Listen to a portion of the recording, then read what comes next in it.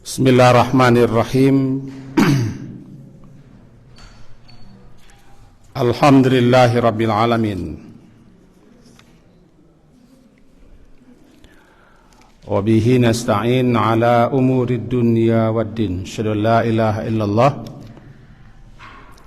wa asyhadu anna Muhammadan abduhu wa rasuluh. Allahumma salli ala Muhammad wa ala ali Muhammad. Menyambung kajian kita surat Al-Qamar, surat yang ke-54. Pada pagi hari ini kita masuk kepada ayat yang ke-26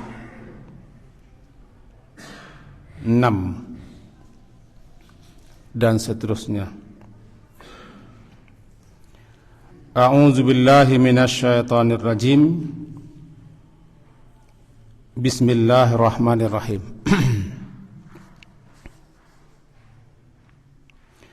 Saya'lamuna ghadan manil kadzdzabul asyir.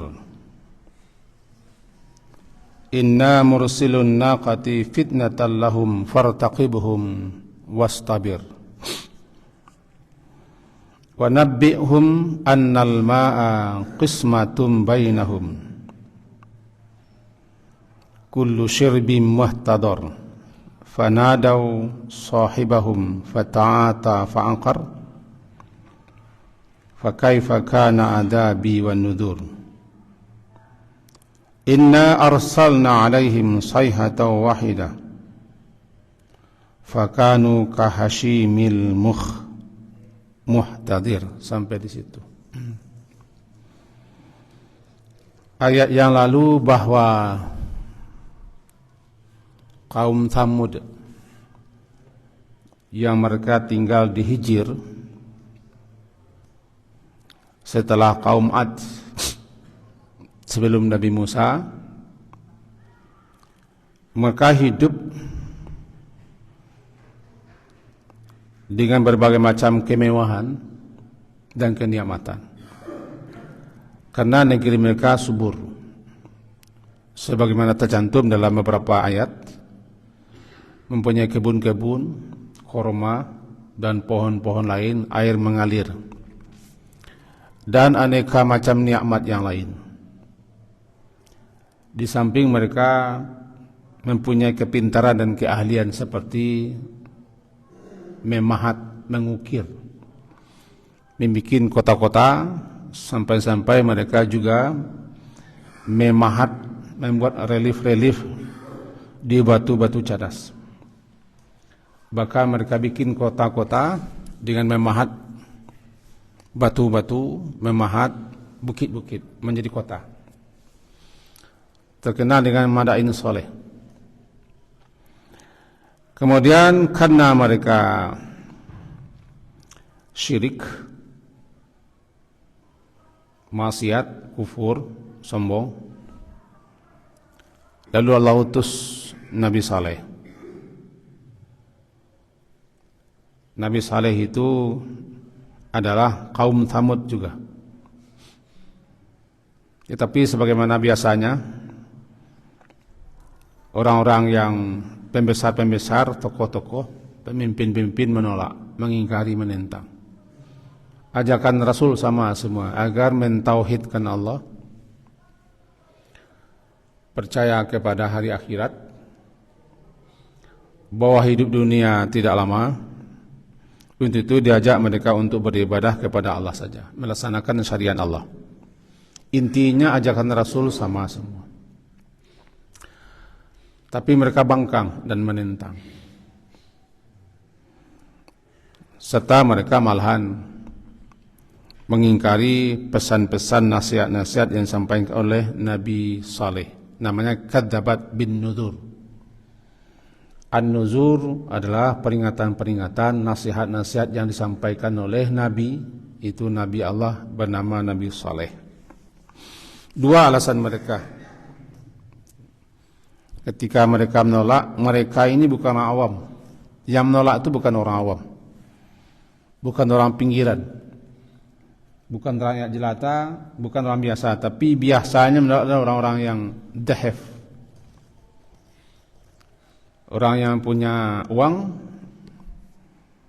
punya kekuatan, punya kekuasaan, punya pengaruh, punya pengikut. Itu biasanya yang menolak kebenaran karena ketakutan mereka, apa yang mereka miliki itu terusik, terganggu, terampas dan segala macam. Ini yang bikin mereka. Nah, terkena di kaum Samud itu ada 9 tokoh. Entah kebetulan sama, entahlah. Pokoknya ada 9 tokoh. Dalam surat An-Naml disebutkan wa kana fil madinati tis'atu rahtin.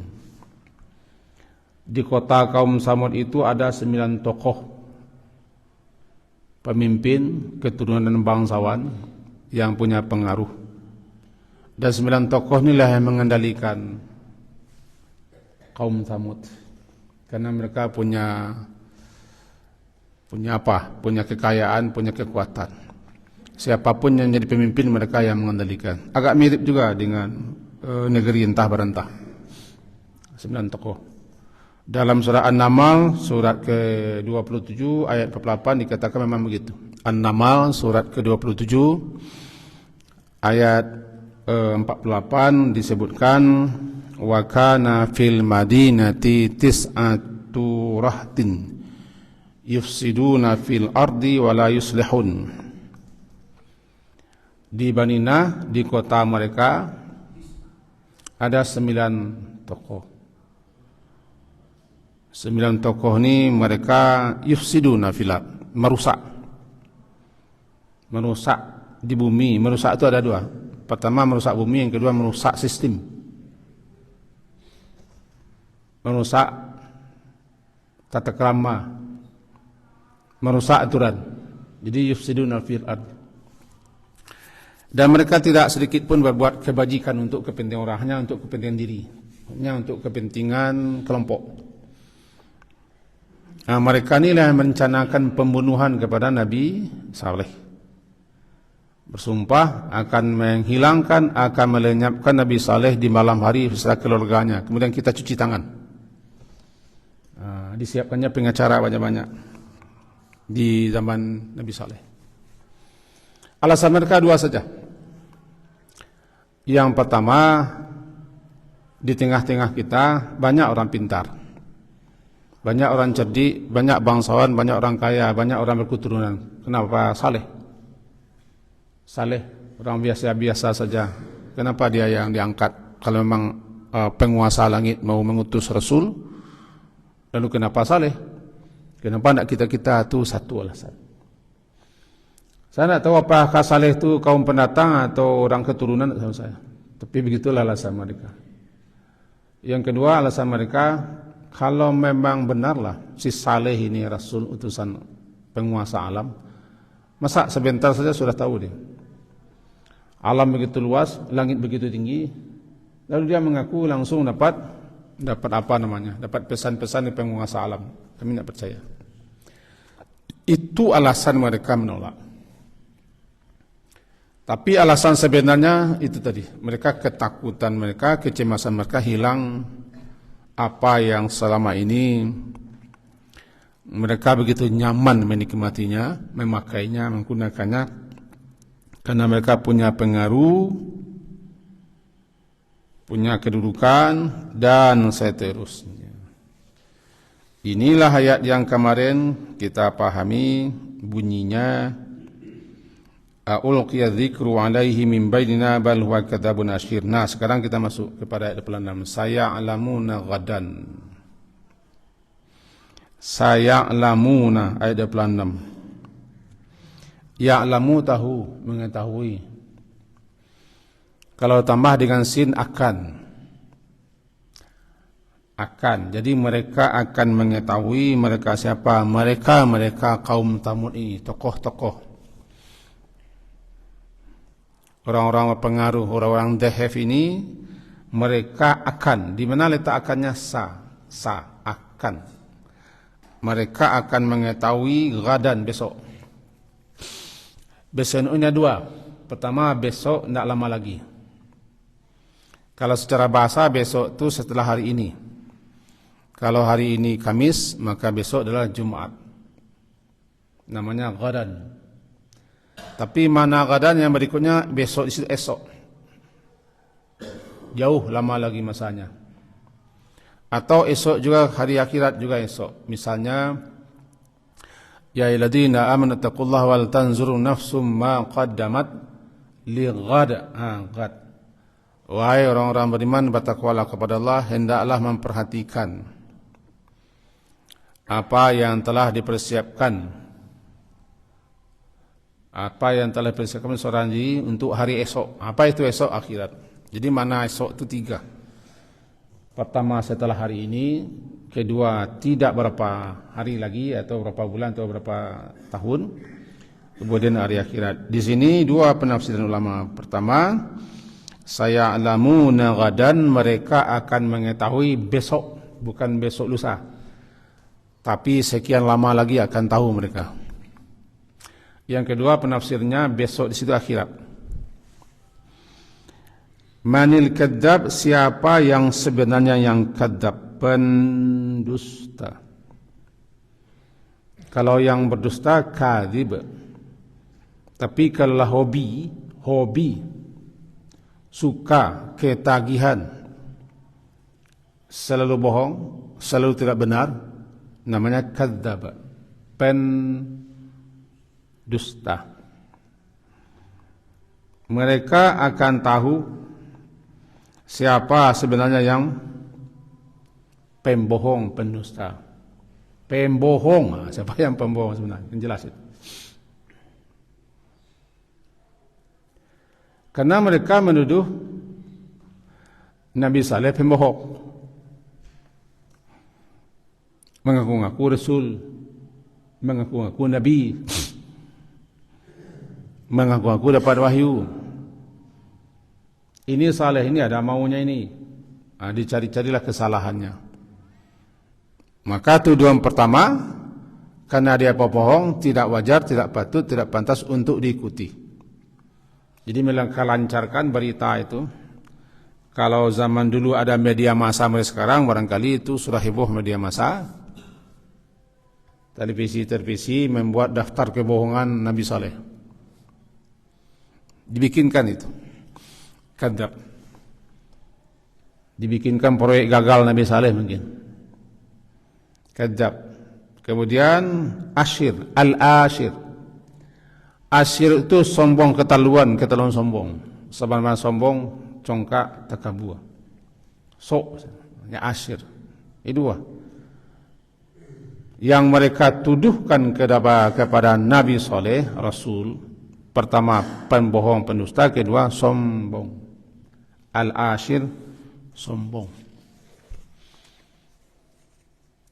Ini disampaikan kepada Nabi Saleh, mereka akan tahu besok. Besok tidak berapa lagi. Atau akhirat. Di akhirat sudah pasti. Jangankan umat Nabi Saleh, jangankan umat terdahulu sampai sekarang, siapapun akan tahu nanti di akhirat sana, ghadan namanya, siapa yang betul-betul benar, siapa yang salah. Siapa yang terima, siapa yang tolak. Siapa yang bahagia, siapa yang celaka. Gitu. Siapa yang hak, siapa yang batil. Itu pasti. Pasti ada kiamat, akan diketahui semua. Tapi dunia juga akan tahu nanti siapa sebetulnya yang kadzab dan al-ashir. Kalau bahasa orang kampungmu, no lamo lambe babaun jo. Ba'a mana mando enam buswa. Lamo lambe pasti babaun jo. Cuma nungkuih tulang jerun taleh no. Barana tababungkuih no. Lamo lambe basumburan jo. Dipandai baca. Basumburan jo. Sebab ni tu tulang penungkuih jerun taleh. Barat tungkuihnya 25, tungkuihnya tu buat, tak buat. Tak buat. Itu makanya dalam ayat 27 bunyinya fartaqibuhum ujung ayat 27. Fartaqib. Irtaqib itu sungguh-sungguhlah menanti dan menunggu. Mengawasi, memperhatikan sungguh-sungguh. Fartaqibhum. Hai Saleh, maka tunggulah. Awasilah, perhatikanlah apa kesudahannya mereka. Jangan buru-buru, sabar dulu. Wastabir, digabung dua. Fartaqibhum wastabir. Perintah itu kepada Nabi Yakub, Nabi Saleh. Fa maka irtaqib, betul-betul sungguh-sungguhlah menanti, menunggu sambil mengawasi. Karena raqibah pengawas. Jadi irtaqib, bersungguh-sungguhlah mengawas, memperhatikan apa yang akan mereka terima akibat kesombongan, keangkuhan, penentangan, perlawanan mereka. Akibat mereka menjungkir balikkan fakta. Wastabir, sabir, bersungguh-sungguhlah sabar. Sabar itu menerima hal-hal yang seperti itu. Sabar itu senjata yang Allah berikan kepada Bani Saleh. Jadi saya alamuna gadan ayat 26, mereka akan tahu nanti siapa yang sebenarnya al-kadzab dan siapa yang asyir. Itu dengan cara akan terbuka kehidupan mereka, inna mursilun naqati fitnatan lahum. Ini ya, kita ringkas. Ketika beliau para tokoh-tokoh ini berkumpul di tempat mereka biasa berkumpul dengan koalisinya masing-masing. Lalu Nabi Saleh datang ke sana karena beliau Rasul. Tetap mengajak, menyeru, menasihati, memberikan peringatan. Ke tempat di mana tokoh-tokoh gembong-gembong ini membuat rencana tempat biasa mereka bertemu-temu. Datang Nabi Saleh. Ya, sebagaimana biasa Nabi Saleh tetap menyampaikan nuzur, peringatan-peringatan, nasihat-nasihat, ajakan-ajakan. Sambutan mereka bukan senang suka, tapi malah mereka sangat marah dan segala macam. Lalu ada yang mengatakan, kalau memang engkau Rasul Saleh, entah siapa yang mengutusmu, coba keluarkan onta di sanalah.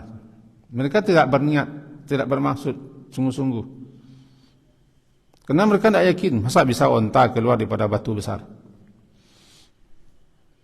Kami pandai membuat patung-patung. Karena mereka ahli patung, ahli pahat, ahli relief. Bisa. Sebab kota-kota mereka kan dipahat. Batu-batu yang dipahat. Jadi kota, jadi rumah, buat relief. Ngaku-ngaku juga yang ke Rasul Saleh, coba keluarkan onta di batu-batu itu. Mereka tidak bermaksud untuk itu. Dalam menurut ahli sejarah tidak. Hanya untuk menghentikan Nabi Saleh. Saleh jangan berdakwah juga, kacau, terganggu mereka. Coba datangkan unta. Mereka tidak yakin, sangat tidak yakin. Ditantang begitu, kata Nabi Saleh, kalau memang bisa, apakah kalian mau percaya? Mengikuti? Maulah katanya. Kenapa mereka menjawab mau? Karena mereka tidak yakin. Dan mereka memang tidak percaya akan bisa unta hidup keluar dari batu besar. Batu bukit, bunting pula lagi, unta betina besar. Maka mereka bikinlah perjanjian dengan catatan mereka kalau Nabi Saleh bisa mengeluarkan unta hidup sebagai bukti bahasa dia Rasul. Apa perjanjiannya? Unta tidak kedigadu-gaduh, tidak kediganggu. Biarkan mereka unta itu, unta besar itu. Sumber minuman dibagi dua. Di hari unta minum, orang kampung tidak minum. Gantinya ambil susu unta. Unta itu minum, berapa yang diminumnya, sebanyak itulah susu keluar. Di hari orang kampung mengambil air, unta tidak. Nah itu dibuat perjanjian. Mereka iya-iya saja. Karena mereka memang tidak Tidak percaya bahasa akan ada onta nanti. Onta akan terus-menerus mengeluarkan air susu selama dia minum sebagai ganti minumannya. Tidak percaya, tidak yakin. Mungkin aja pakai materai, entahlah, saya tidak tahu apakah ada materai gitu-gitu. Pakai notaris tidak tahu saya. Yang penting itu janjinya. Lalu Nabi Saleh memohon, meminta sungguh-sungguh kepada Allah sebagai bukti kerasulan beliau. Di hari yang dijanjikan, di waktunya disaksikan orang banyak, termasuk tokoh 9 namanya. Barangkali kau balik 9 kau. Kalau di negara orang sebelah kan naga 9, kau balik 9 mungkin kau. Atau lele 9 lah. Masuk tokoh-tokoh yang 9 hadir, pemimpin-pemimpin. Singkat cerita, keluar unta. Jadi ini dia. Inna mursilun naqah. Sesungguhnya kami akan mursil, mengirim, mengutus unta sebagai fitnah. Fitnah sebagai cobaan dan ujian bagi mereka. Apakah memang betul-betul mereka tu mau melaksanakan perjanjian mengikuti Nabi Saleh? Kalau bagi Allah kan sudah tahu. Tapi ini membuktikan. Pembuktian bahwa apakah betul-betul mereka mau menerima mengikuti Nabi Saleh, atau sekadar omongan-omongan saja. Lalu kami utuslah unta sebagai fitnah, fartaqib. Maka hendaklah engkau wahai Saleh, Nabi Saleh, menunggu dan sabar menghadapi tingkah pola mereka ini. Sabar. Kedua unta betina, besar, gemuk. Nabbi'hum, sampaikan, beritakan kepada mereka, annal ma, bahwasanya ma, al-air, air sumber minuman,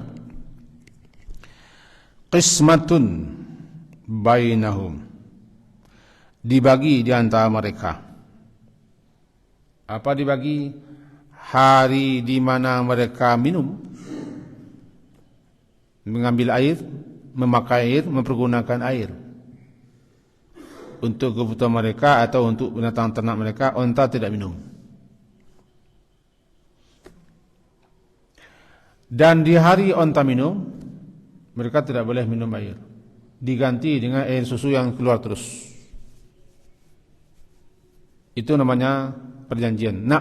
Nabbi, berita, sampaikan kepada mereka bahwa air itu qismah, dibagi, kullu syirbin muhtadar, kullu syirbin, setiap orang yang akan minum, muhtadar, mendapat giliran. Setiap minuman akan dihadiri oleh kelompoknya. Kadang unta, di hari unta minum, mereka tidak. Di hari mereka minum, unta tidak. Jadi kullu syarbin muhtadar. Itu suatu perjanjian yang telah disepakati. Apakah mereka ini beriman? Tidak. Apakah mereka mau mengikuti Nabi Saleh? Tidak. Karena dasarnya mereka minta itu bukan untuk pembuktian, tapi menganggap mustahil. Mereka meminta supaya Nabi Saleh mengeluarkan unta hidup. Ia menjadi viral, heboh di zaman itu. Unta bisa keluar dari batu besar, hamil pula, besar. Minumnya luar biasa, gantinya susu. Heboh, lama heboh. Tapi bagi beliau yang 9 ini tidak bisa menerima. Karena sebab semenjak keluar unta itu banyak juga orang yang mengikuti Nabi Saleh. Di sini baru mereka makin terusik. Bisnis mereka terusik. Pengaruh mereka mulai berkurang. Itu anggapan mereka. Jangan-jangan apa yang mereka miliki selama ini terbongkar Karena mereka barangkali kok korupsi pula mungkin. Terbongkar dan segala macam. Mereka tidak mau mengikuti itu. Lalu mereka cari lagi rekayasa lain. Mereka bikin lagi makar lain. Tipu daya lain. Nah, kalau mentok siko, gagal siko, cari yang lain. Gitu seterusnya. Sebab orang yang tamak, orang yang serakah, orang yang ambisius, orang yang mempunyai sesuatu ambisi, karena mereka takut kehilangan semua-muanya, mereka tidak akan kehabisan cara. Akan dibentuk cara lain lagi. Ya, barangkali sudah sama kita saksikan itu. Rupanya sejarah itu kan terus berulang. Walaupun kita tidak hidup di zaman Nabi Saleh, tapi ayat ini berlaku sepanjang zaman. Karena Al-Quran itu petunjuk untuk umat Nabi Muhammad sepanjang zaman, bukan hanya untuk zaman Nabi Saleh. Mereka mencari cara, mencari kiat-kiat. Kalau bahasa kita sekarangnya tidak tidur juga mereka. Tidak tidur. Berputar tengkorak mereka. Bagaimana caranya nih? Sebab semenjak onta ini ada, pengaruh si Saleh semakin kuat. Pengaruh perubahan yang dibawa oleh Nabi Saleh ini makin kuat ini. Kacau kita ini. Itulah bahasa kitanya. Kacau kita. Apalagi yang disampaikannya benar, betul. Maka mereka berusaha menutup semua kedok-kedok mereka selama ini sambil mencari kiat dan cara. Dapat kesimpulan. Ko pangka balanya unta kogonya. Pangka balanya unta kah? Maka unta harus dilenyapkan. Sebelumnya saudara katakan jangan usik, jangan ganggu unta ini. Itu namanya naqatallahi wa suqiyaha. Dalam surat Asy-Syamsi wa duhaha, enggak salah nih. Itu naqatallahi wa suqiyaha. Unta Allah itu jangan diganggu dan jangan disentuh, termasuk minumannya. Itu perjanjian. Biarkan saja unta itu kemana-mana pergi, jangan diganggu, jangan diusik, apalagi disiksa. La tamassuha bisu'in. Itu perjanjian. Sebagaimana dalam surat Hud surat ke-11 ayat 64 begitu bunyinya. Kemudian mereka yang 9 ini berkumpul. Karena mereka induk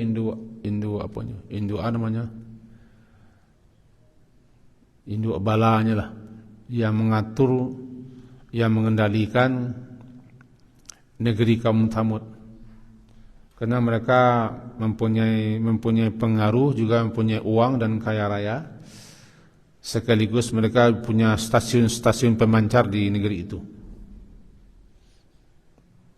Tapi ini tidak kaji nih, yang sebentar ini tidak kaji, karena zaman Nabi Saleh belum ada stasiun. Mereka punya semua,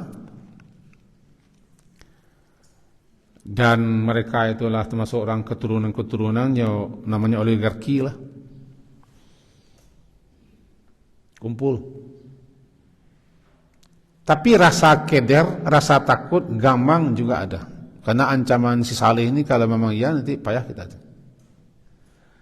Sehingga mereka tidak berani membunuh unta, mengganggu pun tidak. Cuman unta harus dilenyapkan, nah, itu masalah. Unta harus dilenyapkan. Dan ini biangnya. Setelah unta dilenyapkan, baru Saleh itu kita sudahinya. Jadi sistematif mereka berusaha. Kemudian bangkitlah seseorang yang paling celakanya, yang paling bejat, yang paling bagak.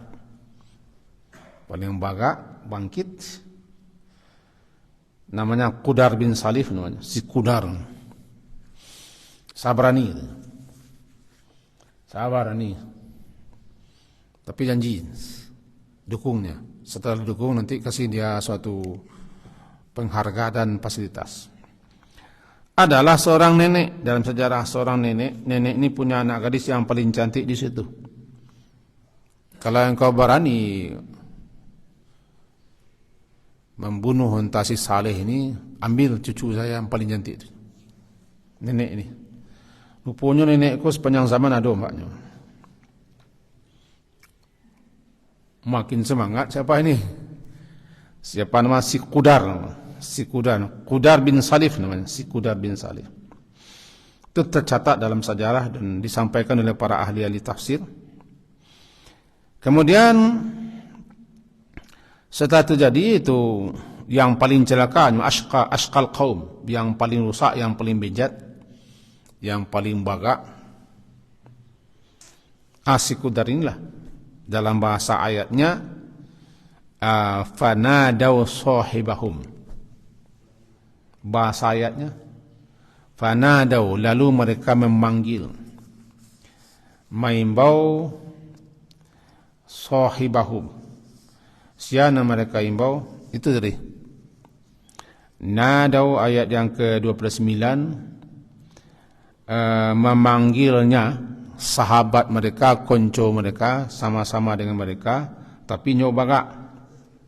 Nama Qudar bin Salif, fanadaw sahabat, fata'ata, lalu dia mengambil onta dan menangkap onta. Ditebasnya lah onta itu, fa'akar. Kalau sembelih namanya zabah atau nahar. Tapi kalau akar bukan menyembelih untuk dimakan, tapi memang untuk ditebas, dibagi 9. Dalam sejarah catat dipanah dulu jauh, dekat takut juga, karena ancaman Nabi Saleh mereka gentar juga. Dipanah, rebah, dipancung, yang lain mencari larabah, nah lainlah satu loh. Tidak ada yang melarang, tidak ada yang mencegah. Berarti mereka sekompak. Maka rebahlah unta. Ifanadaw sahibahum fa'ata fa'aqar. Akibatnya unta mati. Lalu mereka juga berencana sehabis ini Saleh yang kita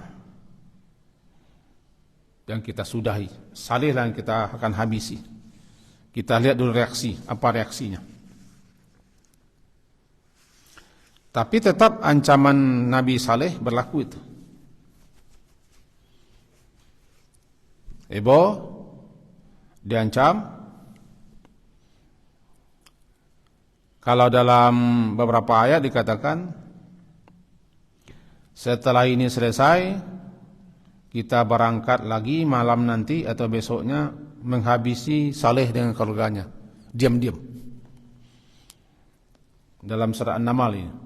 Diam-diam. Lalu mereka bikinlah makar. Wa makaru makar wa makarna makran wa hum la yash'urun.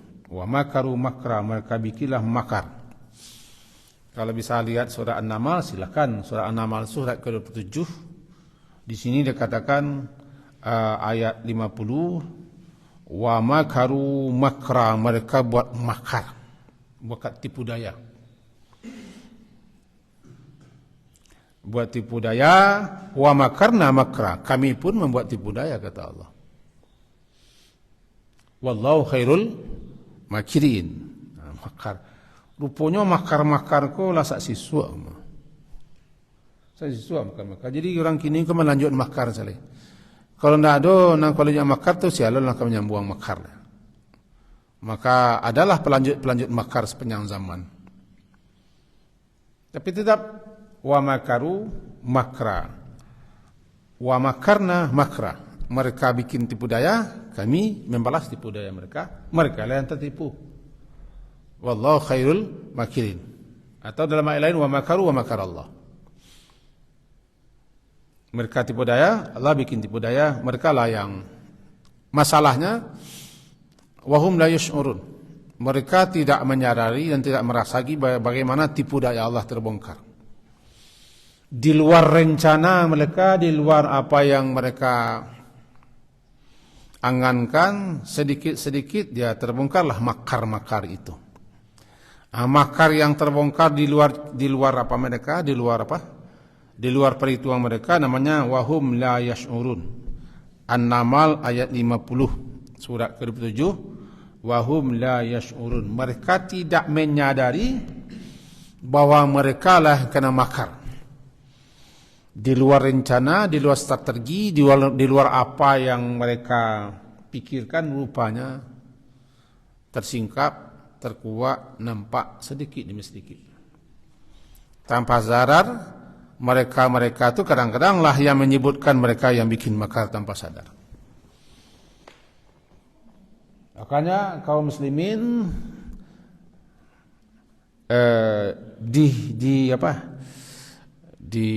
dibujuk, dihibur dengan ayat-ayat seperti ini, sabarlah.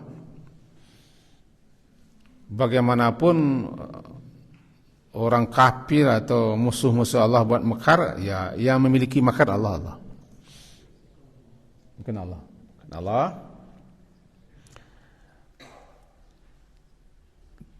Ujung-ujung ceritanya begini, karena hari sudah hampir.